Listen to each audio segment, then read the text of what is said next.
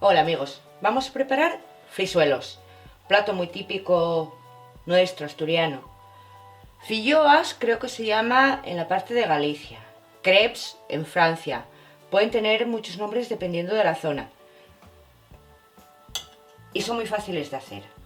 Empezamos poniendo 4 huevos en un bol, con 2 cucharadas de azúcar y batimos bien.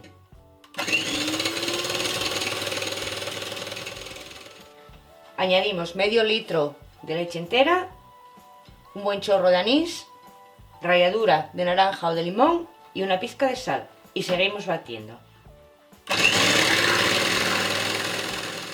Y ahora añadimos 200 gramos de harina. Batimos bien y dejamos reposar la masa durante 1 hora.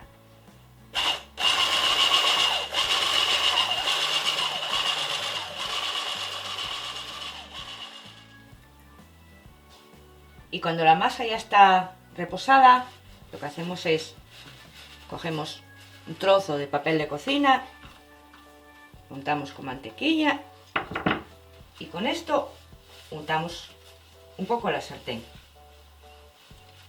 No necesitamos una sartén especial, tan solo que sea antiadherente. Y cuando vemos que está caliente, vamos poniendo poco a poco. El frisuelo tiene que ser delgadito, más bien.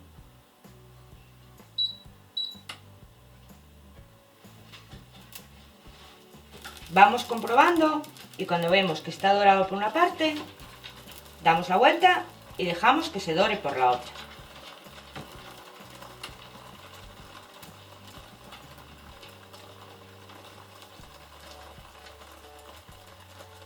Los hacemos a fuego medio. Si por ejemplo es en vitro, 6, un 7.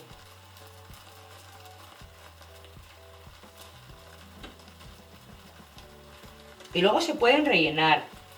Se pueden rellenar con verduras, se puede rellenar con frutas, se pueden con muchas cosas. Ahora lo ideal es simplemente pasarlos a un plato, espolvorearlos con azúcar y ahí están buenísimos. Es el frisuelo original de toda la vida.